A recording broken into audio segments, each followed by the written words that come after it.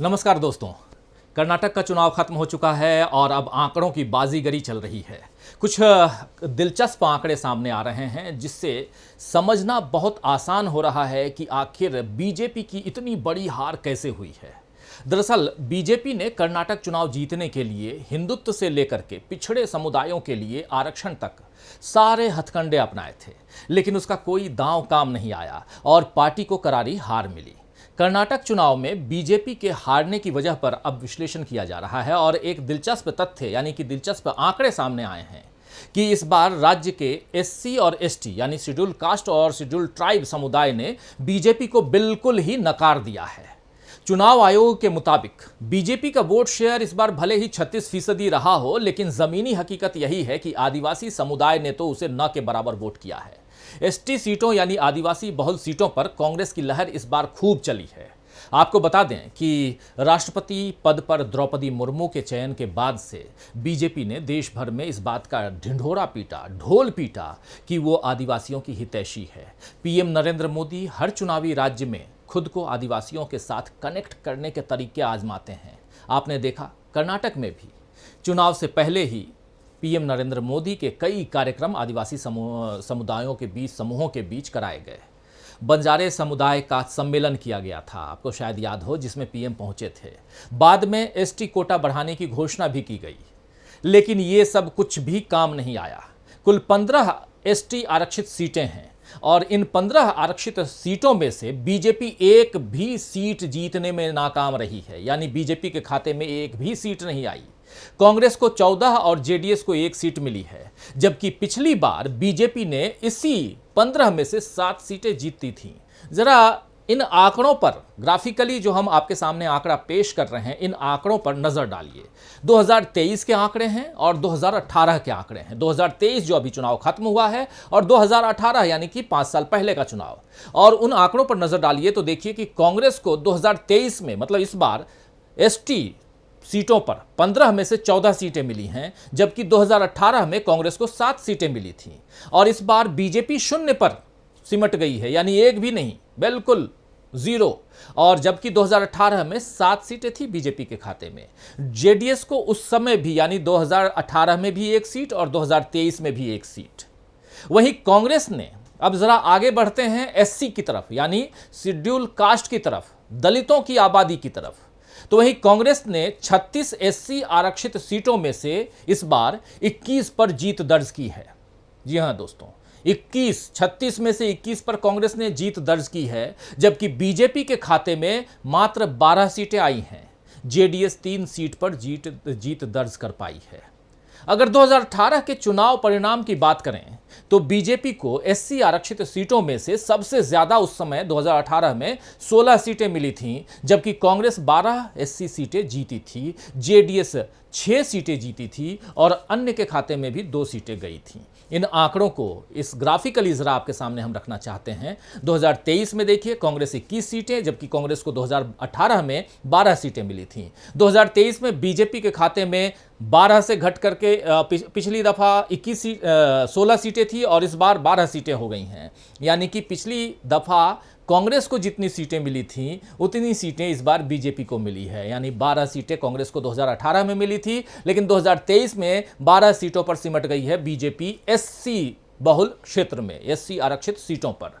और 2018 में जबकि बीजेपी को 16 सीटें मिली थी।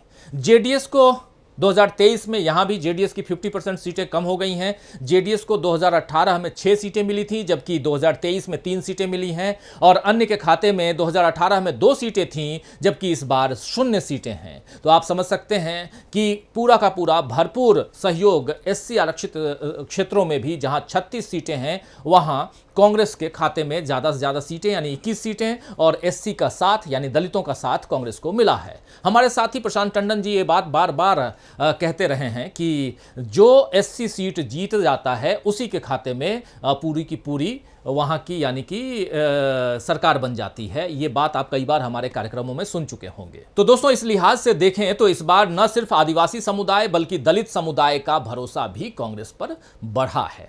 आपको याद दिला दें कि अक्टूबर 2022 में बसवराज बोम्मई सरकार जो थी अभी, बसवराज बोम्मई ने एससी के लिए आरक्षण में 15 से 17% यानी 2% आरक्षण एससी के लिए बढ़ा दिया, कोटा बढ़ाया।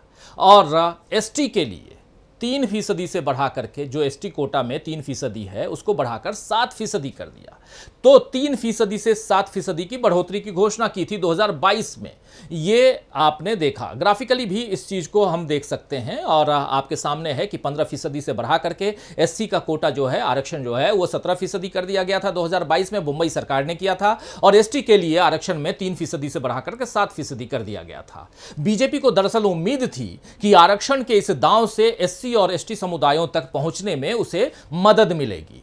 और इसी तरह बीजेपी ने दलितों के बीच ज्यादा पिछड़े समूह माने जाने वाले वर्ग के लिए 17 अनुसूचित जाति कोटा में 6% आंतरिक आरक्षण की घोषणा की थी। लेकिन इस कदम का बंजारा समुदाय के सदस्यों ने हिंसक विरोध किया था। शायद याद हो आपको, उन्होंने पूर्व सीएम बीएस येदियुरप्पा के आवास पर भी पथराव किया था। यानी बीजेपी के लिए नाराजगी पहले से ही दिख रही थी और चुनाव में यह गुस्सा बीजेपी की हार के तौर पर सामने आ गया। तो आप देख रहे हैं कि किस तरह आदिवासियों ने, दलितों ने, यानी एससी और एसटी आरक्षित सीटों पर बीजेपी को नकार दिया गया और कांग्रेस का परचम लहरा दिया गया। और इस प्रकार, इस तरह कर्नाटक में कांग्रेस की सरकार बन गई है। आप कर्नाटक के चुनाव में आते हो, कर्नाटक की बात नहीं करते हो, अपनी बात करते हो। आपको यह बताना चाहिए कि आपने पिछले 3 सालों में कर्नाटक में क्या करवाया। आपको यह भी कहना चाहिए कि अगले 5 सालों में आप क्या करने वाले हो। कर्नाटक के युवाओं के लिए क्या करोगे, शिक्षा के लिए क्या करोगे, स्वास्थ्य के लिए क्या करोगे, भ्रष्टाचार के खिलाफ क्या करोगे, ये आपको अपने भाषण में बोलना चाहिए।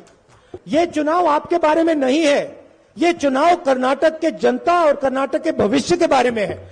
आप कहते हो कि कांग्रेस ने मेरे ऊपर 91 बार आक्रमण किया, मगर आप ये कभी नहीं कहते हो कि कर्नाटक के लिए मैंने क्या किया। अगले भाषण में आप ये बताइए कर्नाटक की जनता को कि पिछले 3 सालों में आपने कौन सी चीजें की और अगले 5 सालों में आप क्या करने जा रहे हो। और दूसरी बात, जैसे हम यहां आते हैं, हम भाषण देते हैं, हम अपनी नेताओं के बारे में बात करते हैं।